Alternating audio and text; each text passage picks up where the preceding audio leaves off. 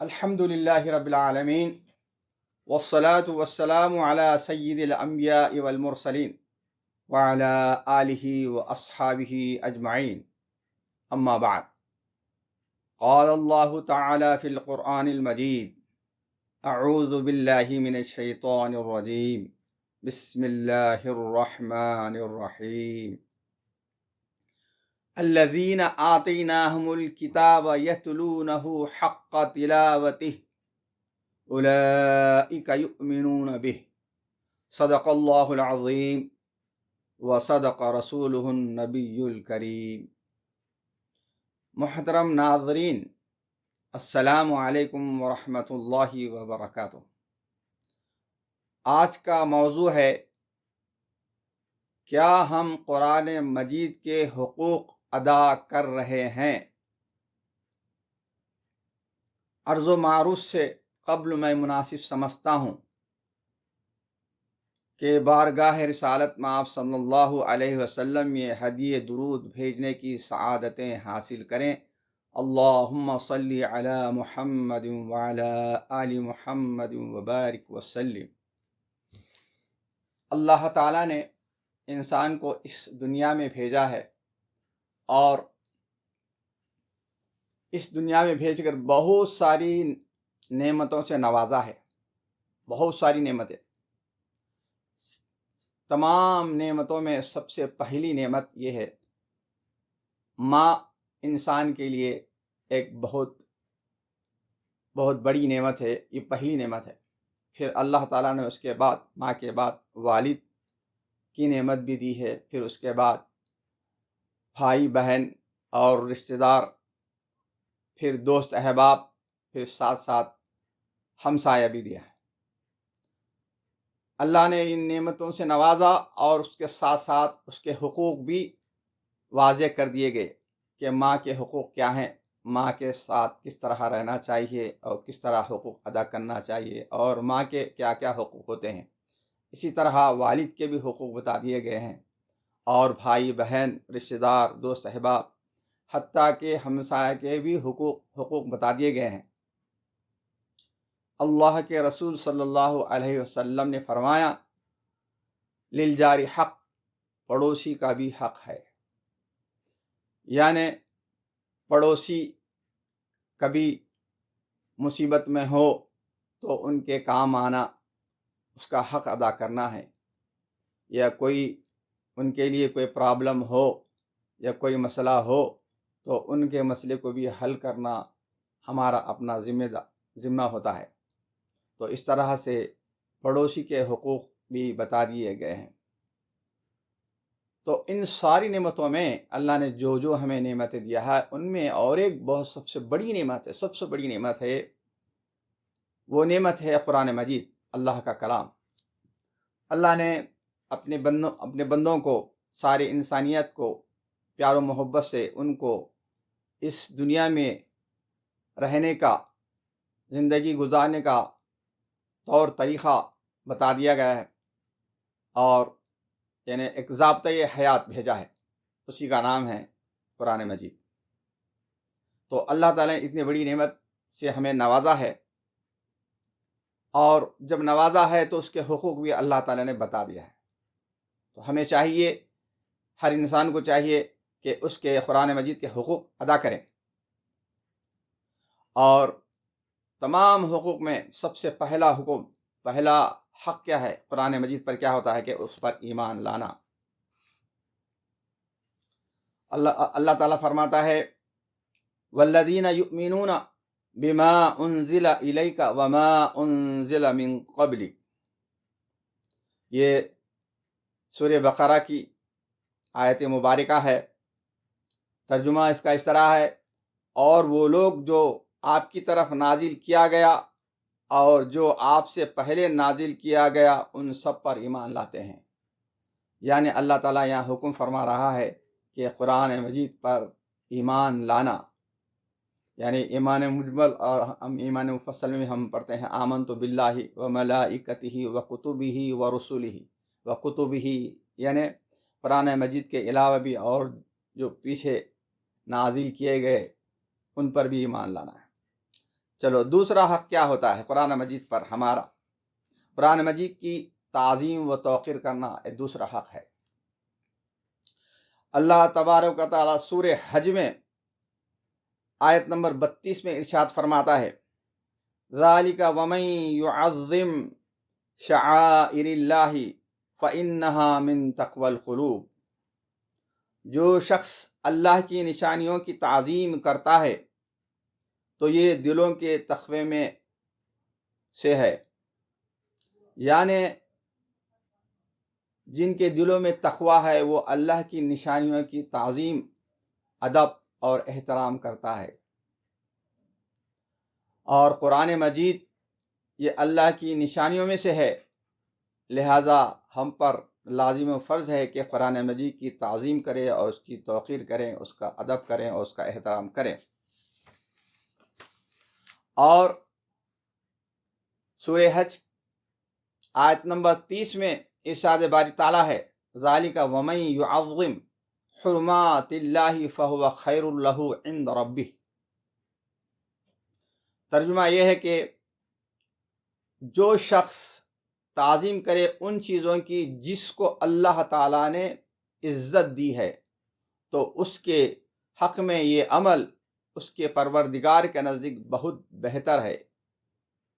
ومن یعظم، جو تعظیم کرتا ہے حرمات اللہ، اللہ کی حرمت کی چیزوں کی، تو فہو خیر اللہ، وہ بہت بہتر ہے عند ربی، اللہ کے پاس۔ یہاں اس آیت کریمہ سے ہمیں یہ بتایا جا رہا ہے کہ قرآن مجید کی تعظیم کیا جائے،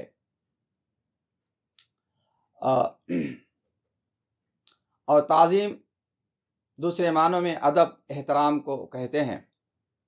تو علماء اکرام نے تعظیم کو واضح کرنے، اس کے تعظیم و ادب احترام کے لیے انہیں 2 باب لکھے ہیں، ایک تو ظاہری آداب اور دوسرا باطنی آداب۔ ظاہری آداب کیا ہے؟ قرآن شریف کو بغیر وضو کے ہاتھ نہیں لگانا، یعنی وضو طہارت کر کے اس کے چھو سکتے ہیں، یہ ظاہری آداب میں سے ہیں۔ اور قرآن مجید کی طرف پیر نہیں کرنا چاہیے، اور قرآن مجید کو اونچے مقام پر رکھنا چاہیے، اور جب کبھی قرآن کی تلاوت کرتے ہیں تو سر ڈھانک کر کرنا چاہیے۔ یہ ظاہری آداب میں سے ہیں، مختصر ہے، بہت ہے، ظاہری آداب بھی بہت ہیں، باطنی آداب بھی بہت ہیں۔ تو ایک مختصر عرض کر رہا ہوں کہ باطنی آداب یہ ہے کہ خشوع و خضوع کے ساتھ تلاوت کریں، یعنی باطن اندر، یعنی ہماری اپنی دل اور دماغ میں خشوع و خضوع ہونا چاہیے۔ جب قرآن شریف لے کر بیٹھے ہیں تلاوت کے لیے تو خشوع و خضوع کے ساتھ بیٹھنا چاہیے، اور جب قرآن کی تلاوت کرتے ہیں تو متکلم کا تصور ہونا چاہیے۔ متکلم یعنی اللہ تبارک و تعالیٰ کا تصور ہونا چاہیے، یہ اللہ کا کلام ہے، ہم اللہ کا کلام پڑھ رہے ہیں، اللہ ہمارا کلام سن رہا ہے، اللہ ہمیں دیکھ رہا ہے، یہ ہمارا تصور ہونا چاہیے۔ اور اس کے ساتھ ساتھ حضور قلب سے تلاوت کرنا چاہیے۔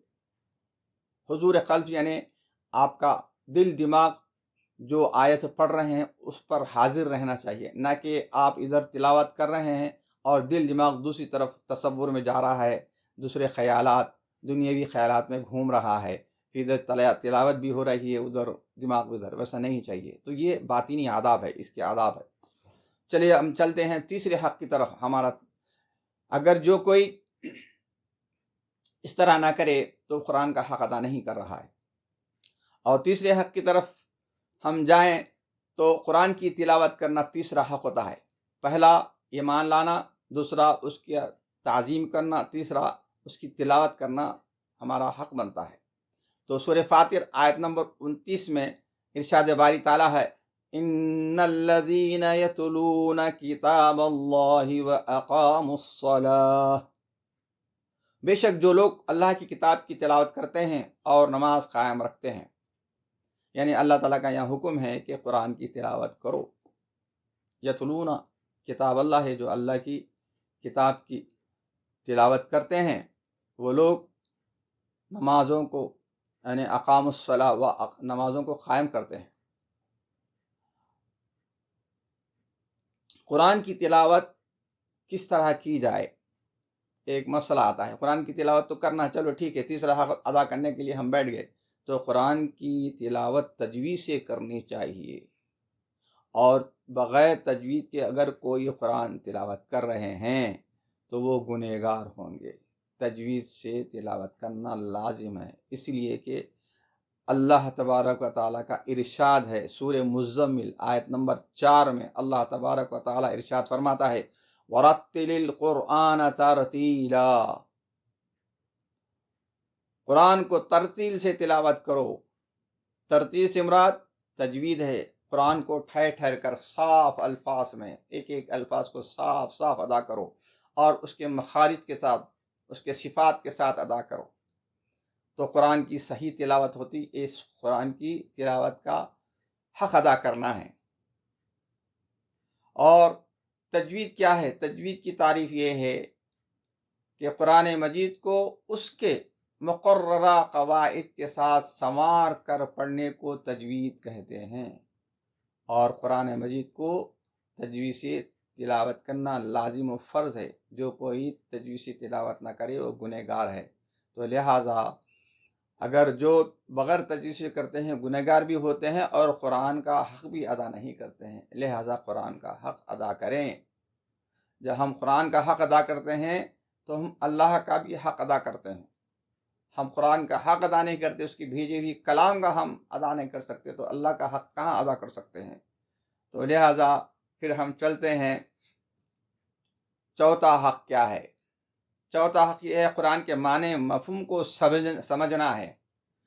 قرآن کو خالص صرف تلاوت کر لے رہے، سال میں ایک بار، کہانی ختم، کلوز، پھر سالہ رمضان پھر شروع ہوا، پھر تلاوت کر لیے، چلو رمضان میں یہ قرآن پڑھنا ہے، پڑھ لیے۔ پڑھنے کا کیا مقصد ہے، کیا معنی ہے؟ اللہ نے تراویح میں بالجہر پڑھنے کا رکھا ہے، اور بالجہر پڑھتے ہیں، اس کی وجہ یہ ہے کہ جہر سے پڑھنے سے پیچھے والے مصلی قرآن کو سنتے ہیں، سننے سے اس کے معنی مفہوم سمجھتے ہیں، تو اللہ کے احکامات سے، اللہ کے احکامات سے واقف ہوتے ہیں۔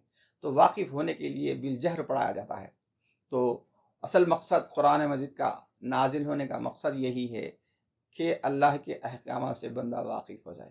اس وقت بندہ واقف ہوتا ہے، اس کو معنی مفہوم کو سمجھتے پڑھے، اس کے ترجمے کو پڑھے، تو یہ اس پڑھ کر سمجھ کر زندگی میں عمل میں لے کے آئے۔ تو قرآن کے معنی مفہوم کو بھی سمجھنا ہے۔ تو اللہ تعالیٰ ارشاد فرماتا ہے سورہ نساء آیت نمبر 82 میں افلا یتدبرون القرآن، کیا یہ لوگ قرآن میں غور و فکر نہیں کرتے؟ مطلب یہ ہے قرآن میں غور و فکر کرنا ہے، حکم ہے، اللہ کا حکم ہے، تو قرآن میں ہمیں غور کرنا چاہیے۔ اس میں بہت سارے ہمارے مسائل نکلتے ہیں، دنیا کے مسائل نکلتے ہیں، آخرت کے مسائل نکلتے ہیں، نجی مسائل نکلتے ہیں، معاشرے کے مسائل نکلتے ہیں، سائنسی مسائل نکلتے ہیں، پوری دنیا کے مسائل اس میں سمو دیا گیا۔ تو لہٰذا اور اس کے معنی مفہوم سمجھنے کی کوشش کریں، اور اگر اس کے معنی مفہوم نہیں پڑھ سکتے، نہیں سمجھ سکتے، تو کم از کم ایسے آڈیو کیسٹ سے سنیں، پورا ترجمہ ہوتا ہے اس کے اندر، تو ترجمہ پورا ایک بار پوری لائف میں ایک بار سن لیں یا قرآن سے پڑھ لیں۔ تو اس طرح یہ اللہ جو قرآن مجید ہم پر نازل کیا ہے، ان کا جاننا، اس کے معنی مفہوم جاننا اور اس کو سمجھنا لازم فرض ہے۔ اگر ہم نہیں سمجھے تو قرآن کے ساتھ ہم اس کا حق ادا نہیں کیے۔ اچھا چلیے، پھر پانچواں حق کیا ہے قرآن کا؟ قرآن پر عمل کرنا ہے، اہم یہی ہے۔ تو قرآن مجید نازل ہوئی اس لیے کہ عمل کرنے کے لیے، نہ کہ علم کے لیے نہیں، بلکہ عمل کرنے کے لیے۔ علم ہے اس میں، ہر مسائل کا حل ہے اس میں، علم بھی ہے، لیکن اصل مقصد کیا ہے؟ عمل ہے۔ تو سورہ نساء آیت نمبر 122 میں اللہ تبارک و تعالیٰ ارشاد فرماتا ہے والذین آمنوا وعملوا الصالحات سندخلهم جنات تجری من تحتها الانہار خالدین فیہا ابدا، اور جو لوگ ایمان لائے اور نیک عمل کرتے رہے ہم انہیں عنقریب بہشتوں میں داخل کریں گے جن کے نیچے نہریں بہہ رہی ہوں گی، وہ ان میں ہمیشہ رہیں گے۔ تو اللہ تعالیٰ فرماتا ہے اور بشارت دیتا ہے جو لوگ قرآن پڑھتے ہیں، سمجھتے ہیں اور اس پر وعملوا الصالحات نیک اعمال کرتے ہیں تو ان کو جنتوں میں، بہشتوں میں داخل کیا جائے گا اور وہ اس میں ہمیشہ رہیں گے۔ تو اگر ہم عمل نہیں کرتے تو قرآن کا ہم حق ادا نہیں کیے۔ اور چھٹا حق یہ ہے کہ دوسروں کو قرآن سکھانا۔ ہم قرآن سیکھ لیے، ہم قرآن پڑھ لیے، عمل کر لیے، اتنا ہی کافی نہیں ہے۔ قرآن آپ سیکھے ہیں تو دوسروں کو بھی سکھانا ہے۔ تو قرآن سیکھنا اور سکھانے میں پھر دو معنی پیدا ہوتے ہیں۔ ایک یہ ہے کہ قرآن کی تلاوت سیکھنا اور دوسروں کو سکھانا، دوسرا ہے کہ قرآن کے معنی مفہوم سیکھنا اور معنی مفہوم کو دوسروں کو سمجھانا۔ تو دونوں بھی قرآن کے سیکھنے سکھانے میں آتا ہے۔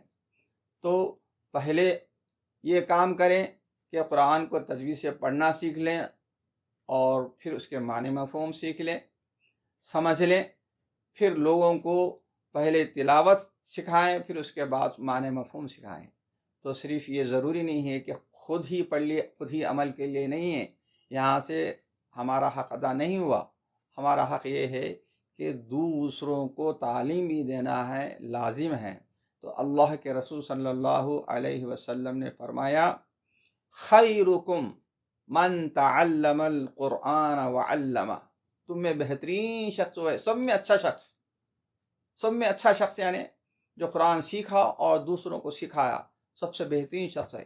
تو اس حدیث شریف کو سمجھے اور کوشش کریں جتنا بھی قرآن ہم جانتے ہیں اتنا قرآن دوسروں تک پہنچانے کی کوشش کریں اور پوری قرآن سمجھنے کی کوشش کریں۔ اور ساتواں حق کیا ہے؟ غیروں تک قرآن پہنچانا یا قرآن کا پیغام پہنچانا ہے۔ یہ تو سیکھنے سکھانے کی بات چل رہی تھی۔ اب ساتواں حق جو ہے، ویسے بہت سارے حقوق ہیں قرآن مجید کے، پر ہمارے جو حقوق ہیں بہت سارے ہیں، لیکن کم از کم میں یہاں عرض کر رہا ہوں کہ ساتواں حق یہ ہے کہ قرآن کو غیروں تک پہنچانا۔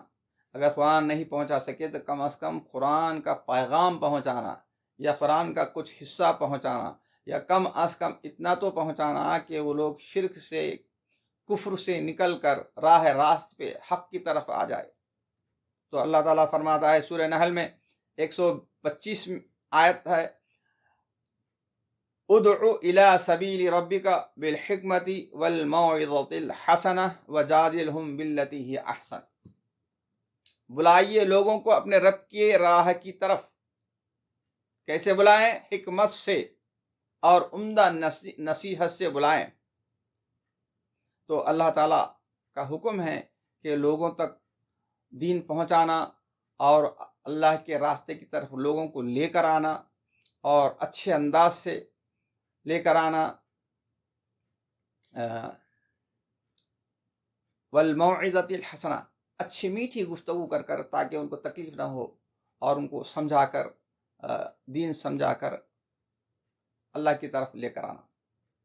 اور سورہ شورى آیت نمبر 25 میں اللہ تبارک و تعالیٰ کا ارشاد ہے فَلِذَلِكَ فَادْعُ وَاسْتَقِمْ كَمَا أُمِرْتَ، پس آپ دین کی طرف دعوت دیجئے اور جس طرح آپ کو حکم دیا گیا ہے۔